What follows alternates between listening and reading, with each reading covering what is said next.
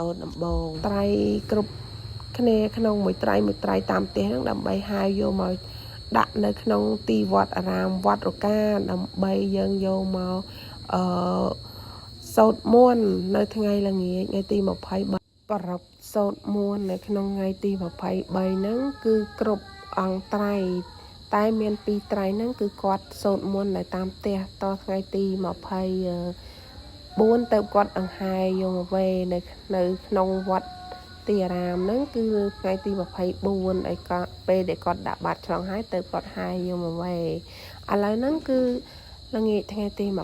ហ្នឹងគឺខ្ញុំបានមកស្ដាប់លោកសូត្រមន្តហើយក៏បានថ្វាយអង្គមព្រះពុទ្ធ3ដងហើយក៏អុជធូបអុជអីដើម្បីឧទ្ទិសកុសលនេះជូនដល់ញាតិរបស់ខ្ញុំដែលគាត់ចែកឋានទៅដើម្បីឲ្យគាត់បានទទួលកុសលផលបុណ្យដែលខ្ញុំជាកូនជាចៅនឹងបានធ្វើនៅក្នុងថ្ងៃហ្នឹងដើម្បីឲ្យគាត់បានទទួលពីខ្ញុំបានគ្រប់គ្នាហើយនឹងក៏បានអុជធូប3សរសៃហ្នឹងឧទ្ទិសកុសលហើយចំឈ្មោះគាត់ម្នាក់អញ្ចឹងទៅដើម្បីឲ្យគាត់បានដឹងបានឮឥឡូវហ្នឹងក៏បានអុជធូបរួចហើយក៏បានមកចាប់ផ្ដើមរៀបកិច្ចធ្វើការលើកត្រៃជូនលោកឪពុកអ្នកម្ដាយអ្នកមានគុណដែលគាត់បានធ្វើនឹងធ្វើម៉េចយើងជាកូនយើងទៅតែគោរពទូនាទីដើម្បីធ្វើឲ្យគាត់សប្បាយចិត្តនៅអ្វីដែលគាត់ចង់ធ្វើអញ្ចឹងគឺយើងមិនភ្លេចទេនៅការគោរពប្រតិបត្តិរបស់យើងសម្រាប់ឪពុកម្ដាយរបស់យើងដែលចិញ្ចឹមបីថែរក្សាបីយើងមកតាំងពីតូចរហូតដល់ប៉ុណ្ណឹងអញ្ចឹងគឺច្រើនត្រៃមានមិនច្រើនហ្មងដែរទេបងប្អូននៅក្នុងវត្តកាហ្នឹងគឺមានការខ្វះខាតច្រើនដែរមានតែ18ត្រៃទេអញ្ចឹងហើយក៏បានធ្វើកិច្ចធ្វើអីចប់ឥឡូវចូលដល់ថ្ងៃទី24ព្រឹកថ្ងៃទី24ហ្នឹងគឺខ្ញុំបានមកដល់ព្រលឹមទេគឺខ្ញុំមកដល់រយៈពេលម៉ោង8ហ្នឹងគឺខ្ញុំចាប់ផ្ដើមមកដល់វត្តឥឡូវក៏ស្ដាប់លោកទេសនាតែអីចប់តែខ្ញុំបានថតពេលលោកកំពុងទេឥឡូវហ្នឹងទីម៉ោងគាត់ចាប់ផ្ដើមរំបើកឆាកហ្នឹងដើម្បីឲ្យលោកតាលោកយាយនៅក្នុងវត្តកាហ្នឹងដើម្បីគាត់ហ្នឹងដាក់បាតទាំងអស់គ្នារាប់បាតទាំងអស់គ្នាណាបងប្អូនឥឡូវហ្នឹងក៏ក្មេងៗចាប់ផ្ដើមដួសបាយជូនលោកយាយលោកតារាប់បាតទាំងអស់គ្នាហើយក្រុមបងថៃយ៉ាំហ្នឹងក៏គាត់លេងកំដរដែរហើយមានក្រុមម៉ុងសាយហ្នឹងគាត់បានអង្ហែសពចិនចូលយកមកបញ្ចូលនៅក្នុងវត្តកាផងដែរក្នុងថ្ងៃហ្នឹងហើយខ្ញុំហ្នឹងក៏បានចាប់ផ្ដើមដួសបាយដួសអីហ្នឹងដើម្បីជូនលោកតាលោកយាយដែលគាត់អញ្ជើញមកចូលរួមកម្មវិធីបុណ្យកឋិនទានហ្នឹងដាក់បាតទាំងអស់តាលោកយាយក៏បានអញ្ជើញមកចូលរួមនឹងច្រើនកកតផងដែរហើយដោយសារខ្ញុំរវល់ដួសបាយជូនលោកយាយលោកតាឥឡូវក៏បានចាប់ផ្ដើមដាក់បាតក្រោយហើយឥឡូវហ្នឹងក៏ចាប់ផ្ដើមដាក់បាតខ្លួនឯងម្ដងដោយសារអស់លោកយាយលោកតា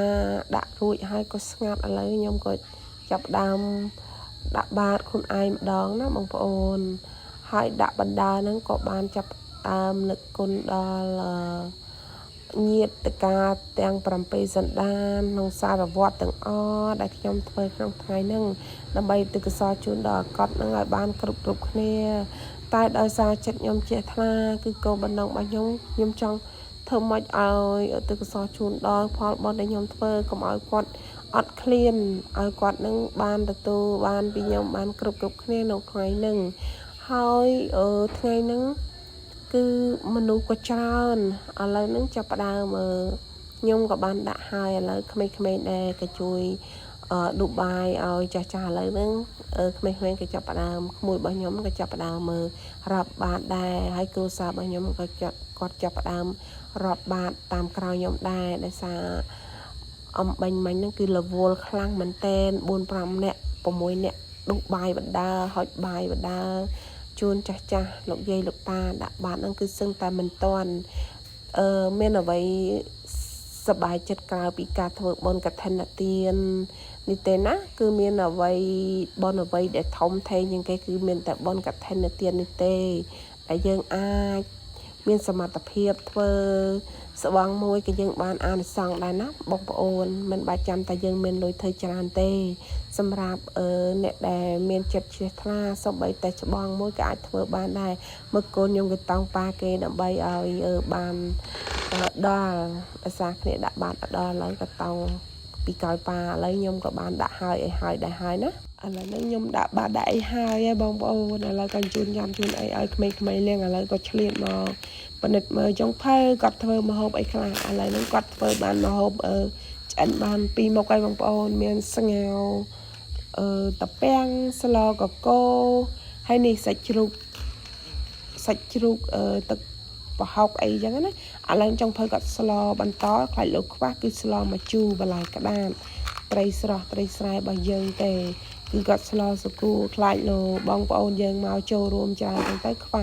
ឡូវក៏លេចមើលអ្នកនាងចានអ្នកនោះស្លញាប់ដៃញាប់ជើងទាំងអស់គ្នាដោយសារចិត្តដល់ម៉ោងដែរហើយបងប្អូនអើយនេះយាយគាត់កំពុងតែដុសសម្លរៀបចំនេះឥឡូវហ្នឹងក៏បានលើកយកមកប្រគេនដល់ព្រះសង្ឃដល់ម៉ោងព្រះសង្ឃឆាន់ហើយអីហើយក៏យាយគាត់ចាំពេលដែលអាហារសេសសល់ពីព្រះសង្ឃគឺគាត់ទទួលទានដែរឥឡូវហ្នឹងគឺងាកមកមើលតានៅខាងក្រោមគាត់ជំនុំគ្នាភាសាពិភាក្សាគ្នាមកជីអូបអីចឹងណាមិនដឹងតែគាត់និយាយអីខ្លះទេតែចិត្តដល់ម៉ោងនឹងគាត់ទទួលទានអាហារដែរហើយដោយសារតែព្រះសង្ឃហ្នឹងក៏បានឆាន់ត្រង់រួចដែរហើយបងប្អូនចឹងហើយខ្ញុំក៏បានចុះមកខាងក្រោមហ្នឹងដើម្បីឲ្យបងប្អូនរបស់យើងហ្នឹងលើកអាហារទៅខាងលើតែខ្ញុំបានថតទេយាយគាត់ទៅសាបាយហើយតាសាបាយហើយហ្នឹងក៏លោកអាចារ្យហ្នឹងក៏គាត់បានប្រកបប្រកាសថាឲ្យត្រៀមម្ចាស់ត្រៃទាំងអស់គ្នាហ្នឹង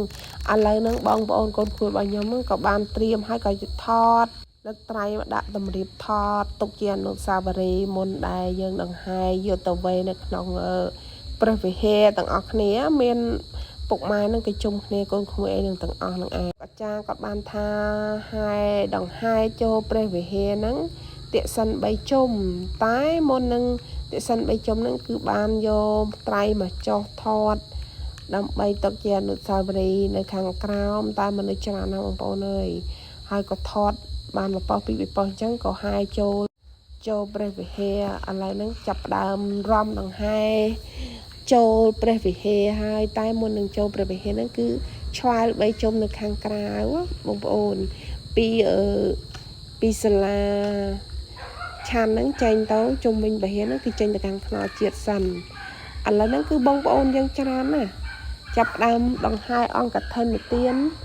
នៅថ្ងៃទី24ក្នុងវត្តការឃុំរកាស្រុកសង្កែបាត់ដំបងរបស់យើងហ្នឹងគឺមិនសូវសម្បូរត្រៃទេតែដោយសារពុទ្ធបរិស័ទគាត់មានសទ្ធាជ្រះថ្លាបាននាំនៅដូចជាសាដកម្នាក់មួយចឹងទៅដូចជាស្បង់គេហៅថាស្លាដកអីចឹងណាចឹងទៅម្នាក់មួយទៅក៏ជាបុណ្យកុសលរបស់គាត់ដែរបានដង្ហែធ្វើកឋិនក្នុងមួយឆ្នាំតែម្ដងទេមានចិត្តសប្បាយរីករាយត្រេកអរនឹងបុណ្យកុសលរបស់គាត់គ្រប់គ្នានៅក្នុងថ្ងៃហ្នឹងហើយខ្ញុំហ្នឹងក៏បានថតវីដេអូកាត់ដើម្បីយកមកកាត់តដើម្បីបញ្ចូលសម្លេងហ្នឹងជូនដល់ពុកម៉ែបងប្អូនដែលស្រឡាញ់រាប់អានខ្ញុំជួយចាប់ចុច Subscribe ហើយជាវវីដេអូរបស់ខ្ញុំនឹង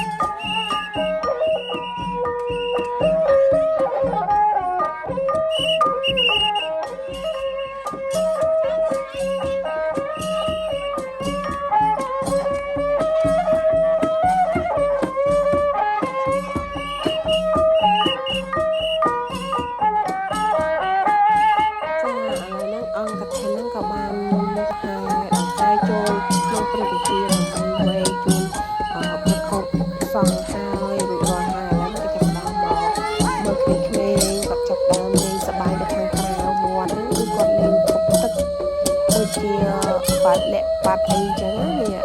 គាត់ក្មេងៗទេទៅតែអាយុ5 15 16អីចឹងណាគឺពេញនិយមសម្បូរឥឡូវនេះមានក្មេងៗគាត់សាសក្រៅនឹងគេច្រើនណាស់គាត់ពងពេញវ័យលេងសប្បាយបងប្អូនហើយមានចេះទឹកឥឡូវខ្ញុំនឹងក៏បានមកជួបនឹងidol អ្នកលក់កាហ្វេនៅក្នុងស្រុកភូមិនឹងឥឡូវក៏បានថតលេងមួយមកប៉ោះក៏បើវាលេងតិចតួចចឹងដោយសារយើងចេញមកខាងក្រៅវត្តហើយឥឡូវហ្នឹងត្រង់នេះហ្នឹងគឺខ្ញុំឈរត្រង់នេះហ្នឹងគឺអត់សូវសម្បូរមនុស្សទេដោយសារកន្លែងហ្នឹងស្ងាត់មនុស្សដែរតែខ្ញុំមកឈរខាងហ្នឹងគឺមានបាស5គ្រឿងមានបាសហ្នឹង5ឈុតដើម្បីយកមកចាក់លេងបំពងសំឡេងរំដើម្បីឲ្យក្មេងៗរំលេងកំសាន្តនៅខាងក្រៅព្រះវិហាររបស់យើងហ្នឹងបងប្អូនសប្បាយបងប្អូនអើយមើលតែក្មេងសំណងក្រោយគេសប្បាយណាស់តែវ័យខ្ញុំហួសហើយបងប្អូនមានតែវ័យខំប្រឹងប្រែងរកស៊ីហើយនឹងធ្វើបុណ្យឲ្យប៉ុណ្ណឹងអាវីដេអូនេះគឺខ្ញុំមានតែប៉ុណ្ណឹងអាយសូមអរគុណច្រើនណាសម្រាប់ការគាំទ្រ